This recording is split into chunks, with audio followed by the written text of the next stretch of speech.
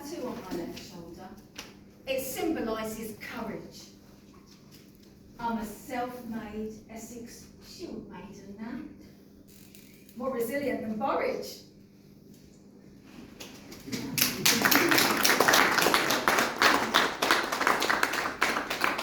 This is a true story, a tale in Scrimshaw. At 15, I left Wivenhoe for Lowestoft to become a deep-sea fisherman. 13 days of time on a Boston seaport beyond the beach telescopes, half day towing straight out into the watery crystal sphere where all compass points are identical. Our vessel had a huge ramp, like a whale's mouth open to sea. And more than once, I went underneath into the dark and terrifying chasm. We never wore life jackets. Only oilskins, which were always wet. Up in the night, hauling in the catch, then straight on to Clingut and Ice, the place, cod and monkfish, watched over by curious porpoises who we'd sometimes net. And then there was this one petrifying night when we lifted a disgusting, putrid, black creature from the abyss, like a stack of dead human flesh from the Last Judgment. It had the most nauseating smell I'd ever discovered at sea. And to our utter disbelief, it was a decomposing elephant with undecipherable hieroglyphs tattooed on her skin and a harness like a noose hanging around her head. That someone must have pushed her overboard. Perhaps when she was already dead, it took the whole crew to roll her back in. By which time, cursed, rotting slime had engulfed our arms and legs, clung to the deck for a lifetime. Under the sea is a mystery. She's never to be trusted. Wind and swell from the east scours dangers from the mud. Sometimes a telltale stingray spike, a doodle bug. We chuck landmines onto the nearest wreck to try to stop us running into them and watch as the sea shot up in the air and then collapsed like a whale's spout. Those days are over now. The bottom dropped out the market. The boats were decommissioned. Some became standby vessels for oil rigs, and then the barges came from London to dump sewage. The barrel spoil, once prolific, is now barren. I fish locally now in my little red hetty. Oversold, skate, dabs, sea bass. We used to have fishing months, but now you never know what you get. I always put my skate net in the same place, but recently caught 10 lobsters in a row. And started catching spider crabs off plankton. The warmer seas, the weed is worse.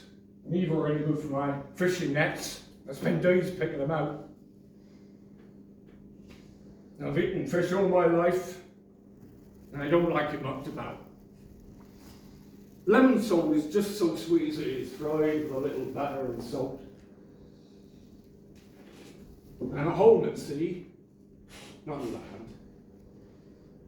It's like I'm always on holiday. When I retire, my boat will be sold. The bloodline ends with me. Watch me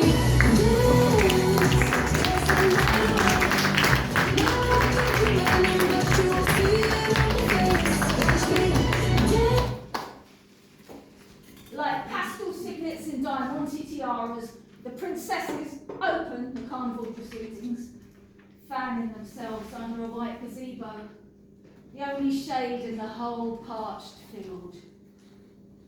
The bridal gowned queen steps forward and through a mic screeching like train brakes, thanks to spectators and MP Priti Patel for crowning her earlier in the shopping centre. After the stilt walkers and gymnastic formations, a burly bouncer shuffles the candy floss flock out of the arena. His morning falls with the watching family crowds seem disturbingly militant to me, but who am I to judge? The girls sashay away gracefully. Their sashes flash in the breeze. The geese left tonight.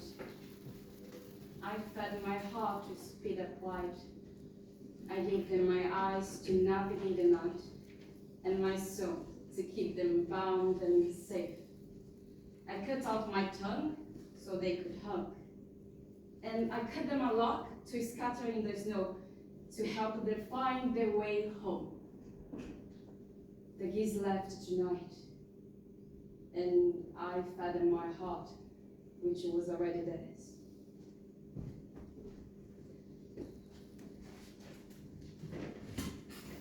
I wonder what the silent old granary has seen, with its cataract eyes straining over the black water. Once it was packed with cargo, boats and fishing nets, but now it's tired of being dipping the tide twice a day and meet the glittering reflection of the nuclear power station, raised by the evening sun.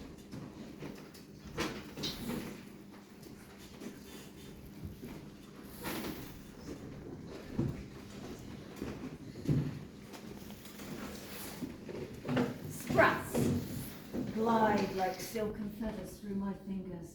A brief firework display of oscillating rainbows. And then they vanish with the tide as the cloud comes in. I used to shop natives right here in front of customers, my fragile skin giving way more than once. I'd sit while a gale whipped the abandoned washing, listening to the liquid notes of snipe in the rain. The sea is full up with rock oysters now. Native to Australia, they mature twice as fast. At least we peck the red squirrels on this island. His grey brother doesn't have our native skill to pass through the unforgiving, strewed tides. I'm a native too. My blood is Blackwater estuary. See how my eyes are the colours of the saltings. I never tire of watching the sea wheel round. Oh, you thought I would, did you? I'm not a weekender. I'm a fishwife for life. As coppicing releases sunlight into the forest, I leave singing trees for the nightingales. I do this every day on a 14-year cycle for the elusive birds with a beautiful aria. I thin out the hawthorns and the oaks, creating a canvas floor for wildflowers, like the mysterious finger-in-home bee orchid that we believe in but have never seen. The reserve is under my skin. I dream about it at night, plan out the day as I travel in. Walk in the meadows in my mind. First I check all the hides for animals, watch as dragonflies balance on the air. I much prefer nature to people, apart from my volunteers. My dream would be to marry up the reserves, so that adders could freely breed. Without wildlife corridors, nature is doomed, trapped on islands with no way to breathe. The buzzards tell us when it's lunchtime, but sometimes I don't notice them for 3. And it's not really a good day's work unless you've been hit by a tree. Sarah Seville looks like Chelsea, but now Adelaide comes weekly to sit on her Chesterfield sofa. Discuss her jellyfish marriage, poke at her artichoke heart. Perhaps if she had pulled harder at his barrister leaves, watched them fall like Arabian feathers, he would glow her sunset again. She'd like to climb from this cobalt room, taking the anniversary bracelet with her. Let the diamonds wrap her like an angel. This wave breaks in the dimming Friday night, while the abandoned patio turns to snow. She's back in the blackening room now. What happened here? I don't know what happened. There is a voice in a denim pencil skirt. Everything was blown out of the house. like an environmental disaster. The kettle boils dry. It's time to stop.